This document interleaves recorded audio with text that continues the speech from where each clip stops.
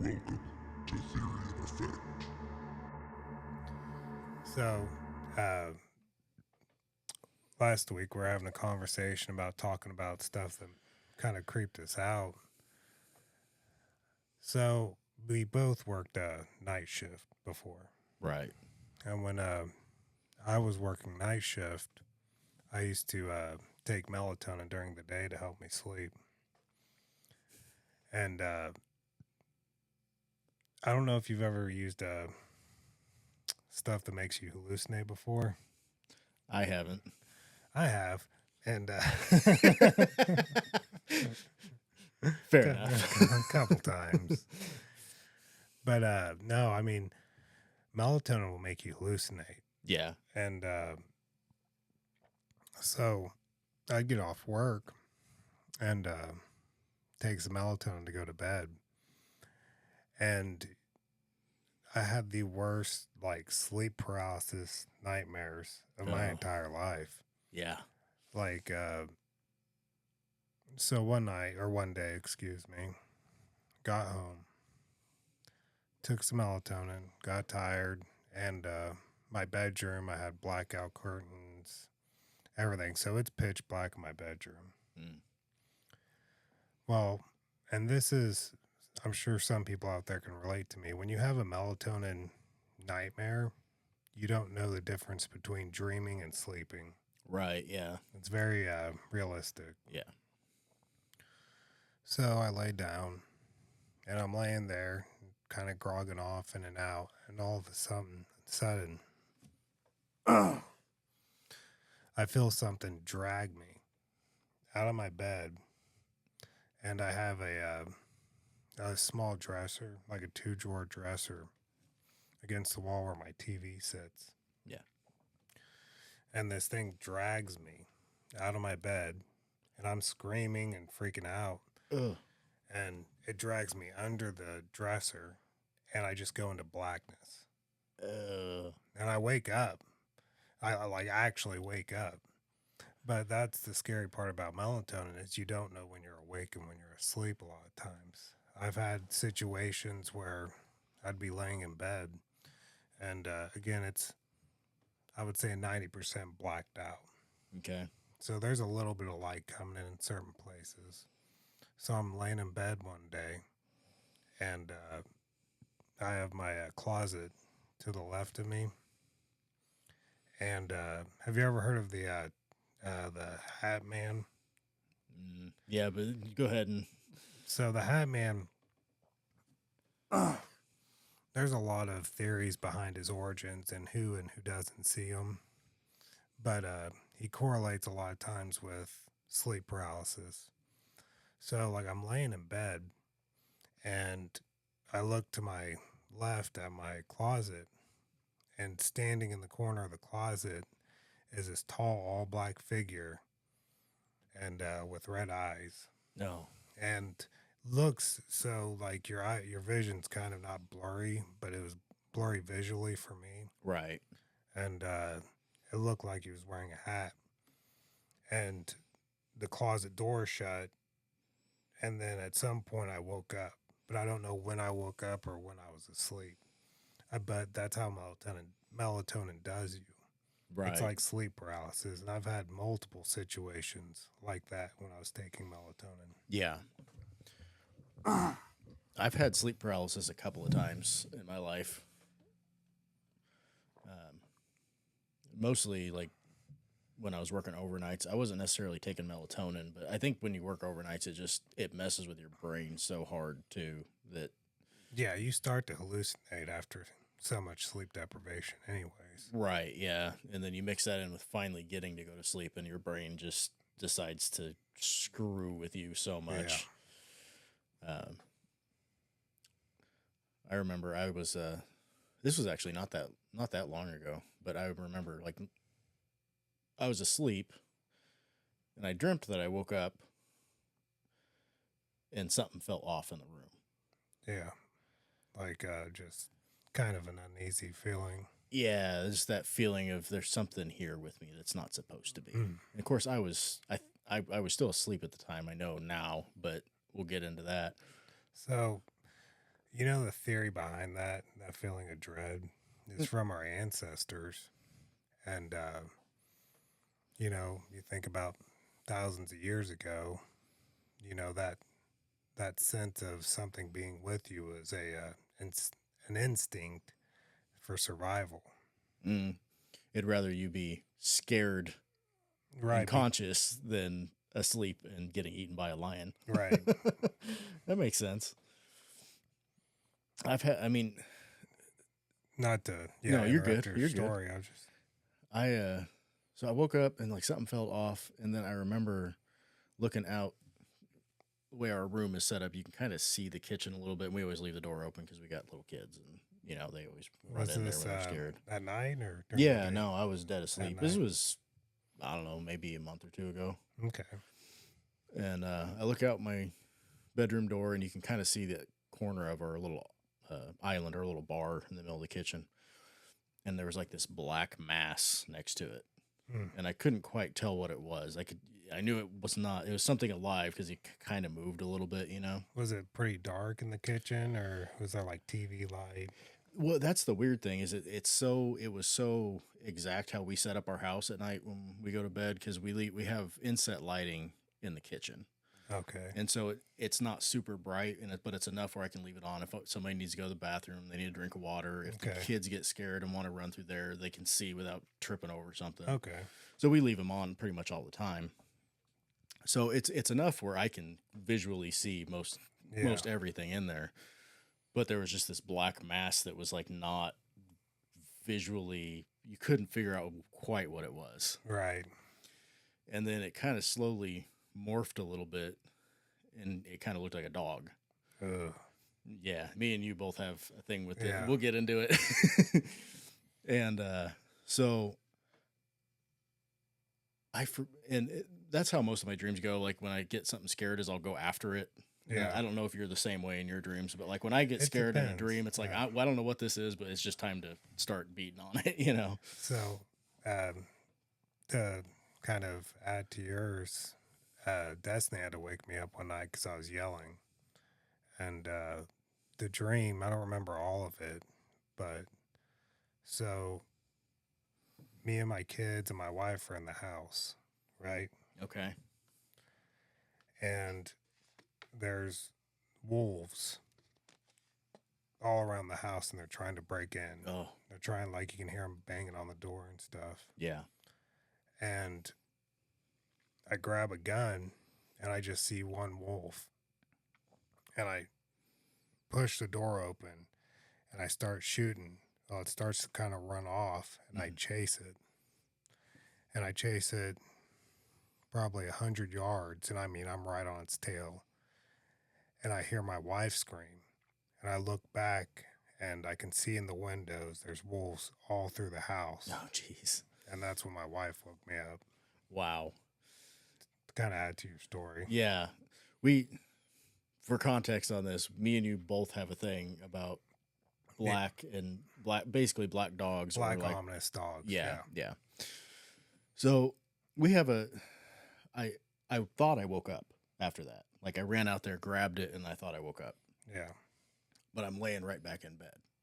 And I'm same position, everything. Yeah. Like, okay. Trying to figure out if this is, Right. And so I roll over and I look through my closet door, and I can see that same black figure in the closet. And the way our closet door is, it's like a sliding barn door style. So it's got these like little tiny slats, so you can kind of see through it a little bit. Yeah. And you can just kind of see it moving back and forth in there. And I woke up again. This happened, and I can't remember each one. I remember like when I woke up, finally woke up from all of them, which I'll keep going into. It happened like 15 times where I thought I was awake.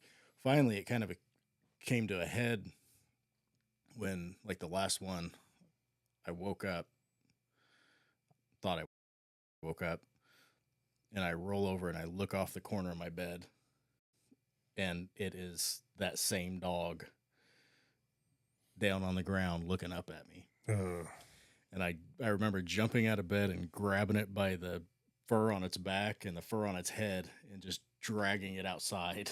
And then I woke up, but I was screaming. Yeah. just like you did. And Christina was finally like, "Hey," and then I woke up and I was like, "Is this real?" Yeah. At that time I actually just got out of bed and walked around my house Right. to see if anything was weird, and it took me a minute to finally be like, "Okay, this isn't a dream." And that's, something I assume happens with a lot of people is you think, it's almost like you're on the edge of reality hmm and you don't know what's real and what's not real in those dreams. And it's almost like there's this outside force trying to break your mental stability, Right. is how I've always took it. It's like, it's kind of like, the H.P. Lovecraft based novel, The Mhm. Edge of Madness or The Mouth of Madness. Yeah. Yeah, and we're right now we're kind of talking about like melatonin dreams and just dreams, but I do believe a little bit in. I mean, I believe a lot in that there are other things out there, Yeah. and so sometimes when that happens, I go, okay, what's messing with me right now? Because it feels like it's nothing Right. natural. You know what I mean? Well, and that's one of the theories behind, I don't know what they call them. I call them UFOs or, Mhm. alien sightings. They think, some people think, I don't know what to think. It's more interdimensional. It's, they're uh, being able to cross that dimensional barrier.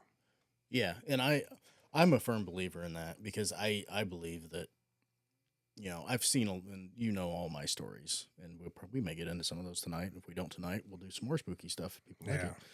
But I'm a firm believer in angels and demons Yeah. when it comes to spooky ghosts.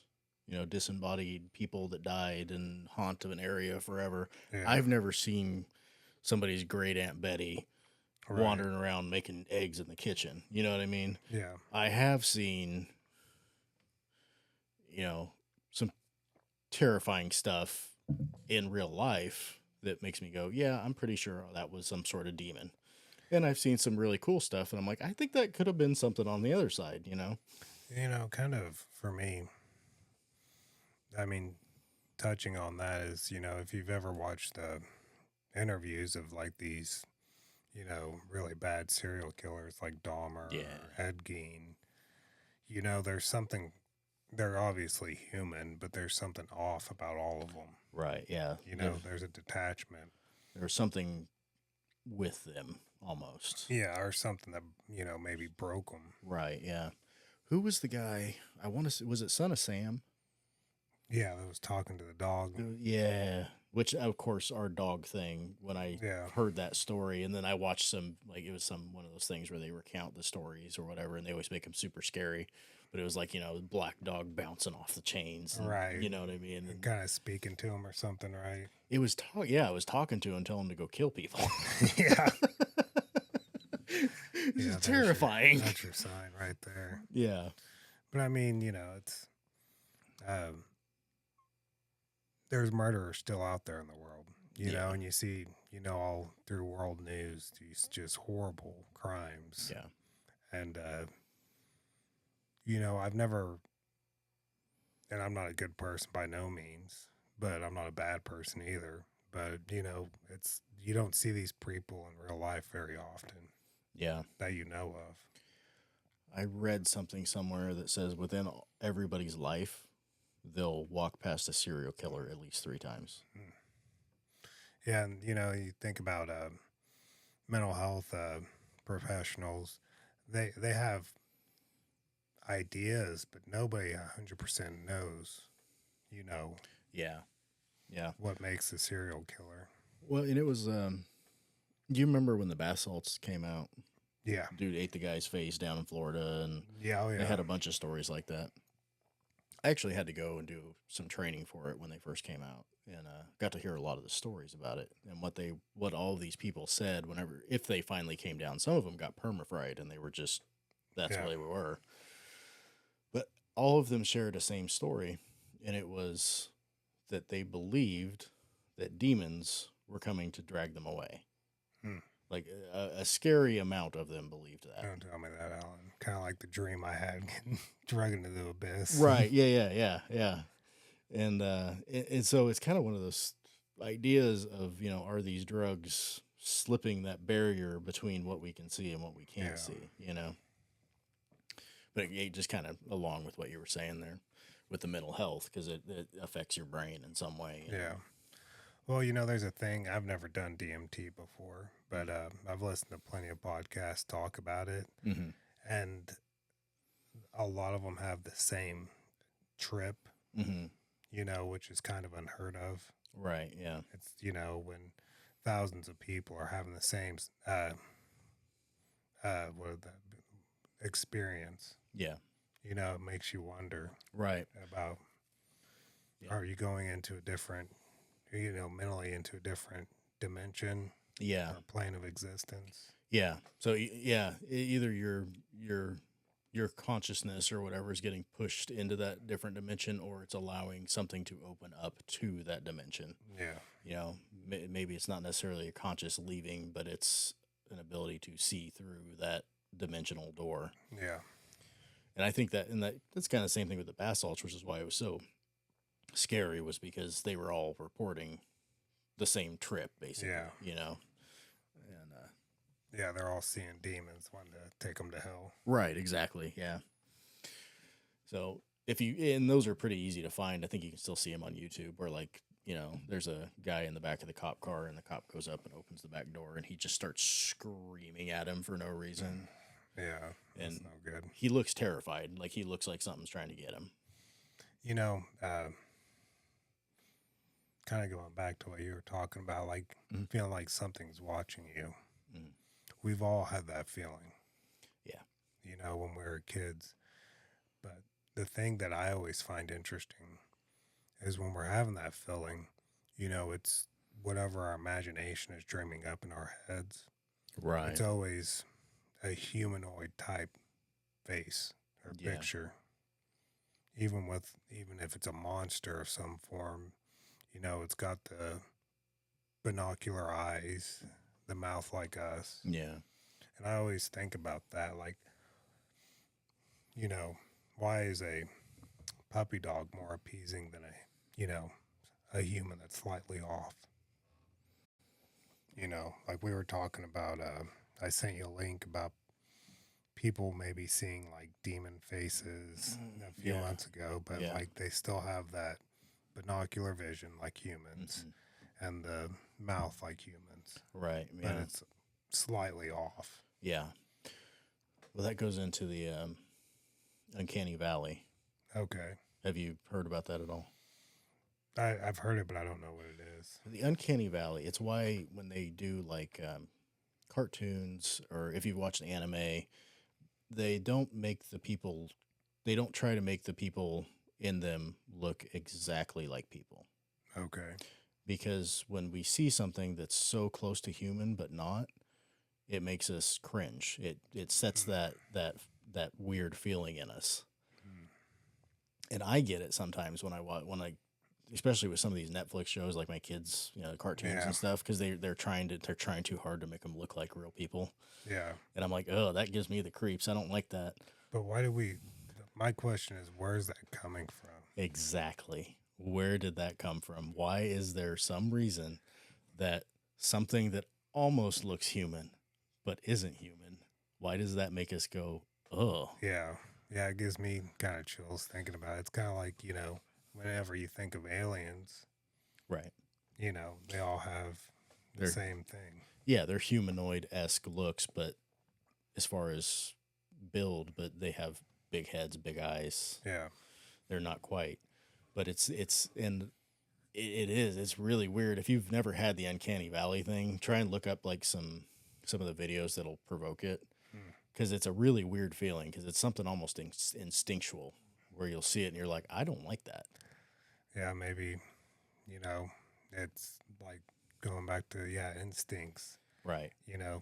Thousands and thousands of years ago, or whatever, our ancestors were dealing with or seeing something that looked human but wasn't. Yeah. Maybe try to become a friend and was really a foe. Mm-hmm. Yeah. Drag them back to their cave and eat them. Yeah.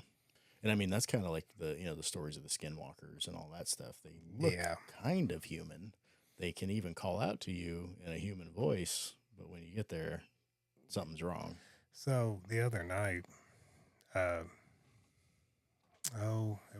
just a few nights ago, my kids were outside playing and I was watching them, and it was getting kind of late.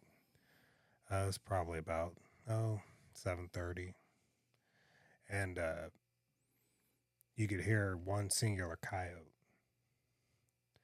And the weird thing was, like, and I just barely picked up on it. My daughter laughed, and she kind of went, ha ha. And I swear to you, that coyote was kind of doing her cadence with that laugh. It was, Oh. and it'd walk, oh. Yeah. And it didn't freak me out. Right. It freaked the kids out. Right. They're like, we want to go back in now. Right. And I'm like listening to it, and I'm like, that's kind of wild. Is it just coincidence? But so we went back inside. I mean, it didn't bother me, but it kind of goes not to that uncanny thing, but kind of a similar. Yeah, it's uncanny, but it's more of a voice. Something's off vocal. with this voice. Yeah. That's that. I'm a firm believer that kids are on a different level than us. Yeah. Earlier in life, we kind of lose some of that when we get older, I think. Yeah, life just kind of takes you out back and beat you down. Right, yeah, you don't have time to worry about these things anymore. No, you don't. But when you're a kid, you pay more attention to everything. You're always looking at stuff. You're always learning stuff, and I think that that's some of it. They're there. Yeah. You want to know one I don't like talking about? What? When I was a kid, there was a cartoon. Well, not a cartoon figure, but a figure in cartoons that I was terrified of, and it was Big Bird. You were scared of Big Bird? Yeah. It's a fucking 6-foot bird, Alan. It's unnatural. It's terrifying. But my grandpa, he'd watch me when I was probably about 5. Yeah. So it's completely cool. I'm not still scared of Big Bird. But Next one of these we do, I'm getting a Big Bird mask. Yeah, fuck Big Bird. But my grandpa would walk in the living room. Yeah. And, I'd be sitting there playing with my toys, and he would, he had stuff to do. Yeah.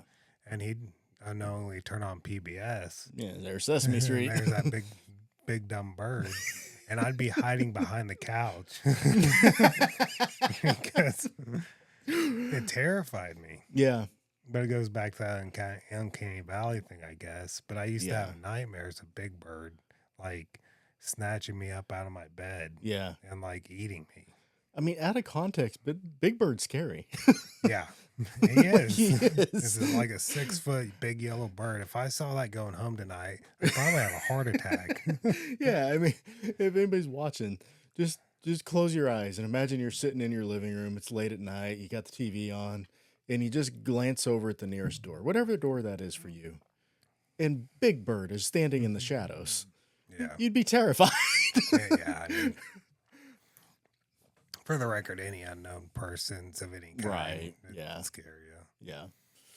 But yeah, that was one for me when I was a kid. Just Muppets in general, really. They were, I can see why they'd be creepy, because, like, they're talking and they're moving, but there's something wrong with them. And yeah, I can see that, because it's not a cartoon, Yeah, I remember watching what was it? Muppets Treasure Island one night when I was like 8 with my sisters. And I had to shut it off because it was freaking me out. I understand. Yeah. I mean, kids are, and that's kind of the weird, like my youngest daughter, her sister will try and turn something on for like bedtime. We'll let them leave something on, mostly for light. We don't leave the sound on. Yeah. And, she'll go, I can't watch that. It scares me. I'll go like, why does it scare you? And she's like, there's this one part. And then she'll just go into a full explanation. I'm like, okay, she's actually afraid of it. We can't watch that. Something funny. I just now realized my oldest daughter, when she was about 6. Mm-hmm. We did our birthday at Chuck E. Cheese. Mm-hmm. And part of the thing was when you buy the package, I don't know if you've done it or not, Chucky comes out and says hi. She started crying. It's a giant rat. That's what she said. Because everybody's everybody's getting mad at her. She's like, you're ruining your birthday party. And I'm like backing her up. I was like, it's a giant rat. Like I'm having replays in my mind. Right, It's, yeah. like, it's completely understandable to me. Yeah, it was terrifying when I was a kid too. Yeah. They got rid of the animatronics. If you've been to Chuck E. Cheese at any time lately, those things were terrifying.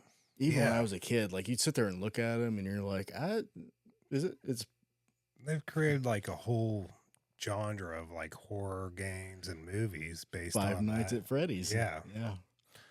Which the movie was okay, but like the mythology of that is good in my opinion. I haven't dived like super deep into it. I watched a couple guys like play it, and they kind of explain the story while they're going. Yeah. And this, I mean, it seems like it has a really cool like lore and storyline and everything.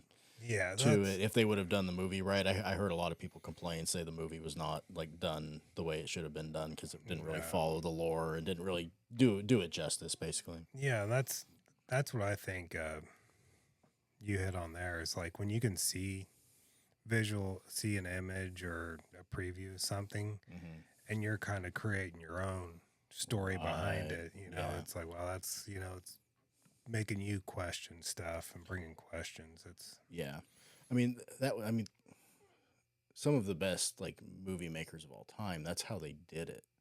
You didn't see the thing until like maybe the very end they'd kind of reveal it. No, it's Jaws. Right, yeah, you never saw the shark really. You saw a couple little the beginning intro, you never see it. You just see her thrash around and get dragged under. And the ocean's a scary place, man.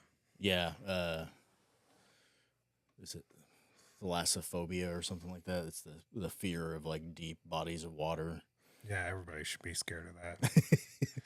Everybody should have at least a healthy fear of it. You know what I mean? Some people are like so afraid that they just can't get like near the ocean. It scares them so much. If you do like just a little bit of if you're into like kind of like gruesome ocean stories, it doesn't take very long to find just the most horrifying ways to die. Yeah. Getting ripped apart by like a great white shark or stranded in the middle of the ocean and stuff's biting you in the middle of the night. Yeah.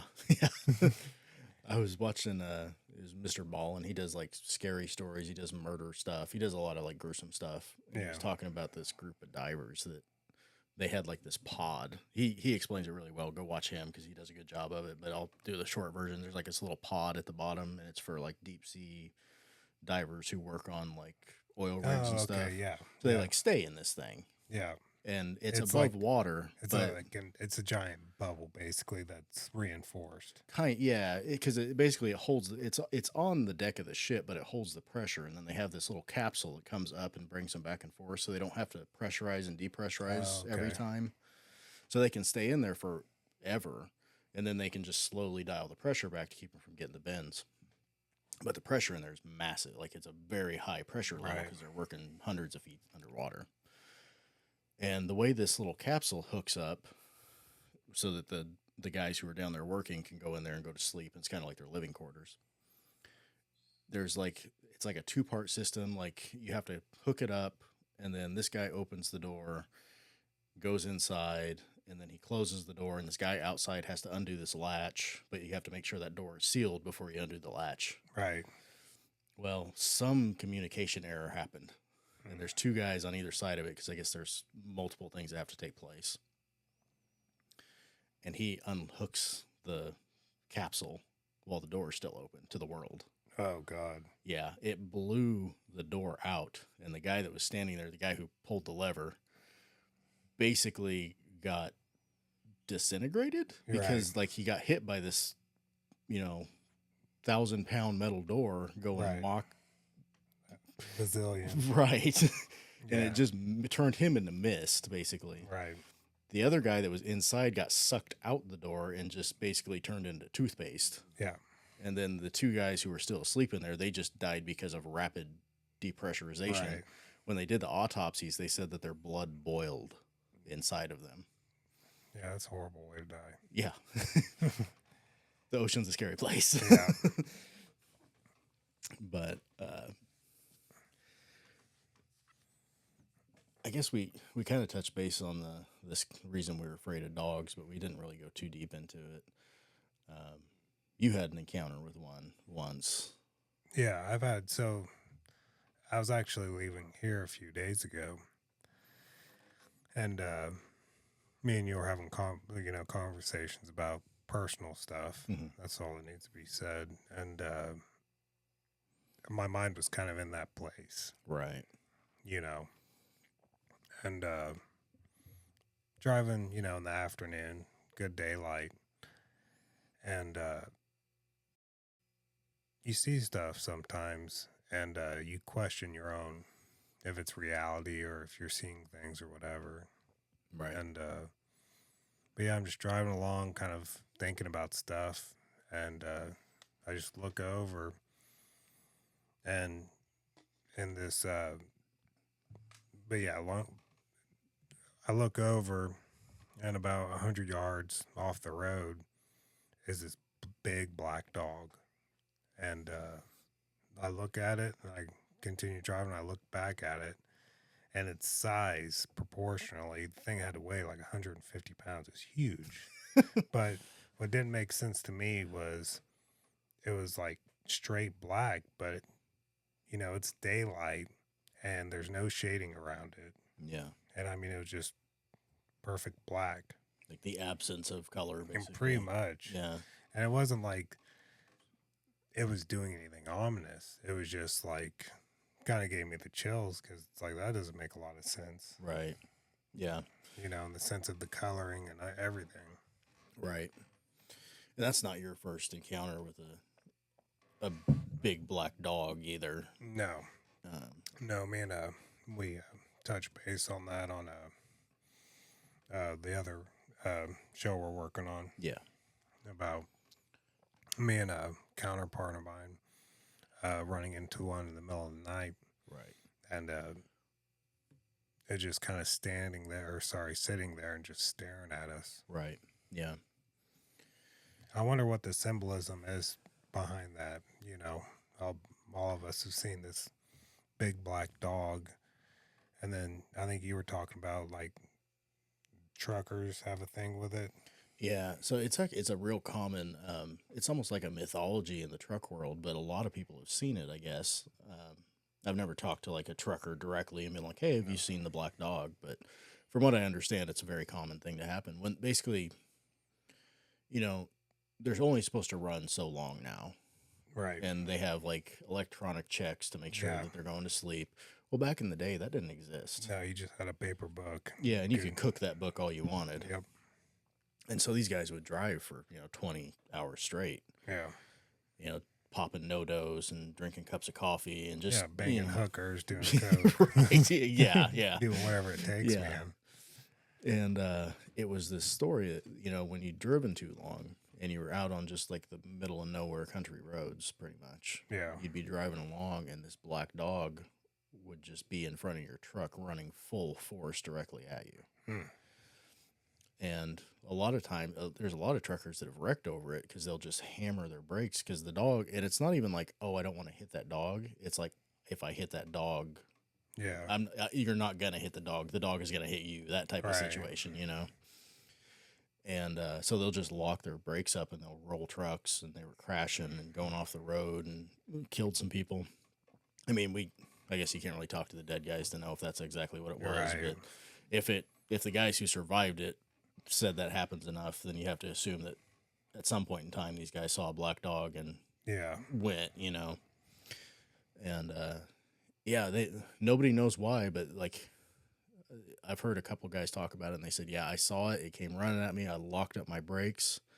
He said I immediately pulled over and just crawled into my bunk because you weren't getting back on the road after that. Right.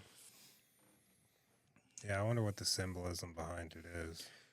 It's really weird because I mean, even going back into like mythologies and stuff, black dogs have had a role in a lot of different mythological belief systems. Yeah. Yeah, Egypt, you've got the Anubis and the Anubites, his minions. Isn't there one for Norse mythology, like a giant black wolf? Fenris. Fenris. Yeah, Fenris wolf. I'm probably not pronouncing that right, but yeah. Yeah, it's okay. it's a Swedish, you know. Yeah, big black dog. Big black dog, yeah. It's basically a big wolf. Yeah. That's if you've watched like Thor Ragnarok.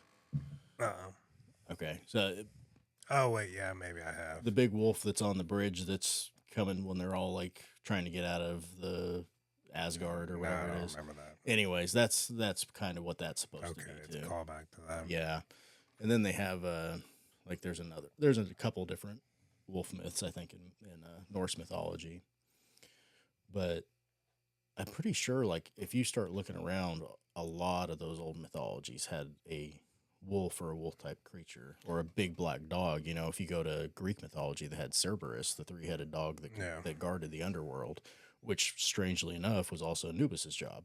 Right. Yeah, makes you wonder. Yeah. Because, I mean, is it like our ancestors, like, you know, because I'm sure at one point in time before we had domesticated dogs, Mhm. you know, there was that, you know, that wolves were a predator. Oh yeah, I mean even after we had domesticated dogs, they still were. Yeah. It may be a leftover remnant of that or something. Possibly. I know, like when I was a kid, I had, you know, you were talking about the wolves in your house. Yeah. When I was a kid, I had a dream. That was in our old house, and our old house was creepy. You remember it? Yeah. And I had a dream where I was laying. For some reason, I had a cot in our kitchen. Just doing kid stuff. Yeah, well, I mean, I was in my bed, but I had a dream that was going on. Okay. And that like I had my hand laid over the cot, and the sliding glass door was maybe 6 inches from there, so my hand was like right here next to that door. You can't see it on camera. And I remember in the dream, kind of waking up and looking out the window, and seeing these 3 black wolf-like dogs with burning red eyes, and they were trying to get to my hand.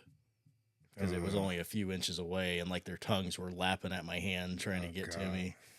I woke up right after that, but it was terrifying, you know? Yeah, it's scary. Going back to dreams, I had one once years ago. I had an ex. I have a child with my ex, my daughter's mom. And we were going through very rough times. Obviously, we separated. Right. Yeah. But I had a nightmare one time, or a dream, and talking about kind of very real. I was sleeping on my couch, and I got up, and it was the middle of the night, and I walked down the hallway, and I go to the bedroom, and my ex is floating above the bed. Ew. And I yell out her name, and she drops down, and she sits on the edge of the bed. She goes, "What's wrong?" But her eyes are like cat eyes, and she's got these big, gnarly teeth. Oh. And she smiles at me, and she lunges at me. And we, in the dream, like, hash it out. Like, she's, like, just clawing at me and biting, and we're fighting. And I shove her down, and I turn, and I run to my daughter's room. And my daughter's gone. And then I run towards the front door, and I can see my daughter in the back screaming. And my ex, this is a dream, Right. Yeah. has got these big smile with these big nasty teeth, and she's like leaving the driveway. Jeez. And the dream had so much impact on me. I remember a few nights, and me and my ex are not getting along. We're on the edge of separation. We're sitting there, and we're kind of going back and forth in the kitchen, arguing. And I'll never forget. She looked at me and smiled, and like it was 100% the lighting, but it looked that same smile in that dream, and No. and this wasn't a dream. This was real life, but Right. that's how much impact that dream had on me. Yeah. So that, or She might have been possessed. she was possessed. Yeah. And Well, that was an indicator. Yeah. But yeah, I'll never forget it. Like I said, that lighting, it's not like in real life she had big gnarly teeth, Right. but the same semblance of that smile. And it might have been over the years, I kind of knew that look of, that little grin she would give me of like, yeah, I got you. Right. Yeah. Yeah. Yeah. But yeah, it was creepy. And that could have been stress too. I know I had issues with that place. That place was haunted. Yeah. Well, I think we talked about it on that one podcast, but where that place sat, there used to be an old house that was supposedly haunted. The house obviously was condemned and pushed over. Yeah. But I know after I was living it by myself, and I would have just weird instances. I remember one time, and I was grown at this point, like I said, and I would have all the lights off, and the only thing that might be on would be the TV in the living room. But I've always liked to sleep in the pitch black. Like my wife now hates it. I like it black. Yeah. I like it dark. Right. When I sleep. But so the dark usually doesn't bother me. Mm-hmm. But I remember I was leaving my bedroom, walking down the hallway, and I remember looking in my daughter's room, which you can barely see into, and like having this feeling of like, please don't do something weird. And all of a sudden, like this random toy just starts playing. Oh. It was like a little doll too. Oh. It's like, how you doing, Papa? And I'm like, but the weirdest part about it was I was thinking about it, and then it happened. Right. And I'm not saying I'm a psychic or some weird thing, but I hope there's somebody out there that's had instances like that crazy coincidence. But that was it. That was all that happened. Right. And I just like, well, that's nuts. And went to the living room, turned the light on, and started watching TV at 2:00 in the morning. Right. Yeah. Yeah. You don't go to sleep after that. Yeah. Well, I watched some, like a comedy. I watched like, Right. Dumb and Dumber for a little bit. I'm like, okay, I can go to bed now. Yeah. Yeah. It's almost like you're kind of like the idea of a Ouija board. It's like almost like you're, what would be the word? Channeling. Manifesting. Yeah. Channeling something to you that you don't necessarily want. So I told you, I believe in angels and demons 100%. Yeah. And I think that sometimes on the demonic side, because I don't believe in ghosts, on the demonic side, those things can kind of know what you're thinking about anyways. Right. So if you're walking by there and you go, man, I hope that this doesn't happen. And it goes, ha. Yeah. I got you. And I mean, a way to call a demon's like benevolent spirit too. Yeah. Benevolent entity. Yeah. I mean, it's what, my background, that's what I call them. And other people have plenty of different backgrounds, and you can, they can call them whatever they want. It's a bad spirit. Yeah. And so the idea of a demon or a bad entity basically covers all religions. Right. Yeah. They have different names for them. But that's what I'm saying is like there's always been some form of benevolent spirit. Right. Or a demon or. Yeah. It doesn't matter what culture you God or benevolent God. Yeah. Yeah. Yeah. So, I mean, that's why, like I said, I believe in them. I have my own religious points of view, but they cover every single culture throughout history. There's been some form of evil spirit or something bad. Yeah. That likes to manifest itself. Right. So, and it's kind of funny because like you look at the different mythologies and stuff, and they all have like similar features, like, right. Okay, well, these guys just like to play tricks on you, and these guys will actually hurt you. And you know what I mean? And it's kind of interesting to kind of look into that, which I've done a little bit on. But yeah, that place that you lived at, for sure, like there was some creepy stuff that went on there. Yeah. And then, I mean, my old place, Yeah. I mean, that place there was definitely something that was there. Yeah, I felt like it sometimes. Yeah. You know, you definitely had like an aura or a vibe to it. Right. Well, and I mean, to give context on why I personally am like 100% positive that there was things there. Yeah. One of our mutual friends, you know him, he does soffit now. Yeah. He was living with us for a couple months there. Okay.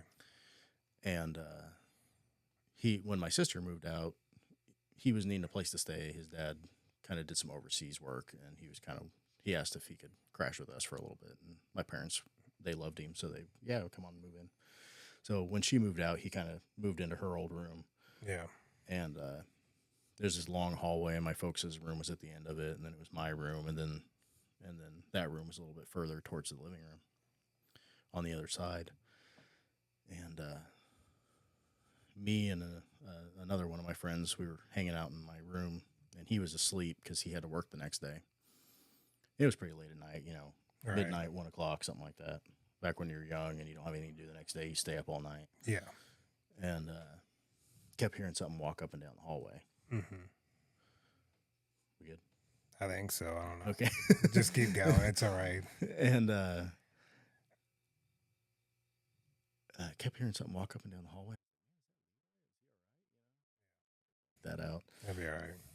And so me and my friend get up, and I go over there and I knock on his door. I'm like, "Hey man, are you good? I heard you walking up and down the hallway. Like, is there something wrong?"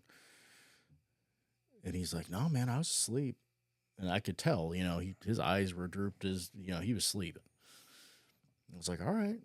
So I went back into my room, and we sat around BSing, watching TV, whatever we were doing. A few minutes later, I get, I'm like, all right. We're already a little creeped out because we're hearing something walk up and down the hallway, I go over there, open the door. He's standing there. I'm like, "What's up, man?" He's like, "Dude, I don't know what happened, but he said, did I shut and lock my door?" And I was like, "Yeah, I watched you shut it, and I heard because the house was creepy. Everybody locked their doors." Yeah. I was like, "Yeah, I heard you shut it, and I heard the tumbler lock. Like, I heard it lock." Yeah. And he goes, I laid back down and closed my eyes, and he said, for some reason, I looked back over the door. It was wide open. And I was like, "Oh, crap." I was like, "Okay." And he just looked us dead in the eyes, and he goes, "Can I sleep in here with you guys?" And I was like, "Yeah, come on, man." And that was back when I had those 2 mattresses stacked up. Yeah. And that was my bad. No, you're good. And I took one off and I just pitched it on the floor, to give him a place to sleep in the room. Yeah. And he's laying down, and he's kind of, it was my bed, and I threw that mattress right there. So he's just like right off to my left side. The other guy's on the other side of the bed from me, and we're just kind of laying there, and we're talking and hanging out, and we turned the lights out because he had to work. So we're like, all right, let's just go to bed. Yeah. And we're kind of joking. I think we're all just trying to like get the scary out of our heads, Kind of put everybody at ease. Right, yeah. And I hear this, and holy crap. And then I hear, da-da-da-da-da-da-da, and he just screams. And I was like, what just happened? Because it's pitch black in there. Like, we didn't have any light on. It was pitch black. Couldn't see the hand in front of your face. I knew where the pull chain was for the fan to turn the light on. Yeah. So I jump up, grab it, click it, and he's in a ball on the floor. And I'm like, what? And he goes, "Dude, I don't know what it was, but something landed on the bed next to me." And I jumped up to grab the pull cord for the light, and I stuck my hand in the fan. And he thought something had a hold of him. That's funny. So we all laughed and we're like, all right. And we're like, well, what was it that landed on the bed next to you? Well, one of my mom's friends, she went to Africa on a missions trip. Yeah. And she brought me back this really cool African knife that was made by the Maasai. And it had been on my wall for months. I had the little hooks up there to set it on, and it had just been sitting there. I mean, months. This thing fell off of that and hit right next to him. So it had to travel like 5 or 6 feet to get to him. Oh. And from that point on, we left the lights on. That's weird. Yeah. Yeah, that's creepy. Yeah. My parents had, they had stories even of like asking me if I tried to come in and tell them, like, when I was 18, hey, when you got home last night, did you come home and like try and open our door to let us know you were here? I was like, no, why? And they go, well, the door like randomly started shaking last night. I was like, oh God. Yeah, that's creepy. It makes you wonder, is it the place? Is it the people? Yeah. That's kind of the question I ask. Is it, like that movie, Paranormal Activity? The demon was following the girl. Right. Or following the family, I guess.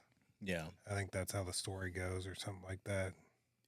Yeah, there was something special about her that the demon was after. Yeah. The family made a pact with a demon. Yeah. It came to collect. Right. Yeah. Yeah, I don't know. It may be both. There may be haunted places or possessed places, or however you want to say it. Yeah. And then there may be people that are, have things following them around. I think I had something after living there. I'm pretty sure I had something following me around for a little bit, because even after I moved out, I still had a bunch of weird stuff happen in that house. You always hear about, like almost like a specter imprints on people. Like once you kind of involve yourself with it, right? You always hear the stories of how people, kind of just follows them around. Yeah. After it's kind of imprinted on somebody. Yeah. And I don't know if that's true or not. I know I've heard stories like that. And I think it's kind of how much power you give it. Right. Yeah. I think I was talking about it like it kind of feeds off of your fear, like the thing with the doll that you had, Yeah, I think and I really think, the concept, like if I was going to go like super, what I believe these things is they're trying to break you mentally down. Yeah. And to break you to a point of where they can manipulate you into doing, basically like you're serial killer. Yeah, serial killer. Right. Sociopath. Yeah. Yeah, that makes sense. That's my idea behind it. I think that's a good idea.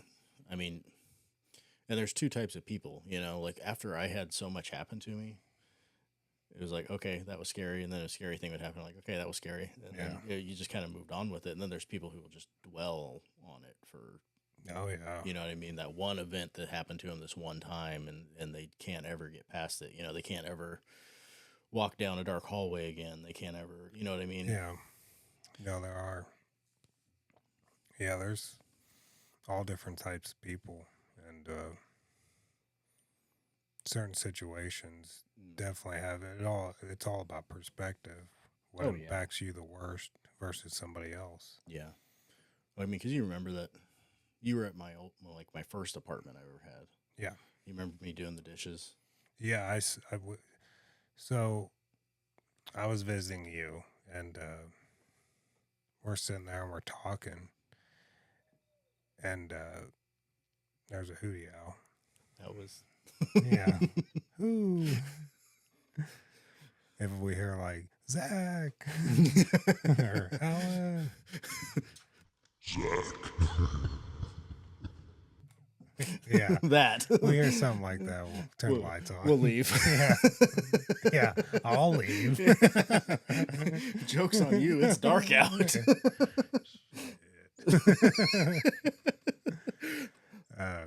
But yeah, you were doing the dishes, and I don't even remember what we were talking. I think we were just kind of happy to see each other. We're BSing, Yeah. and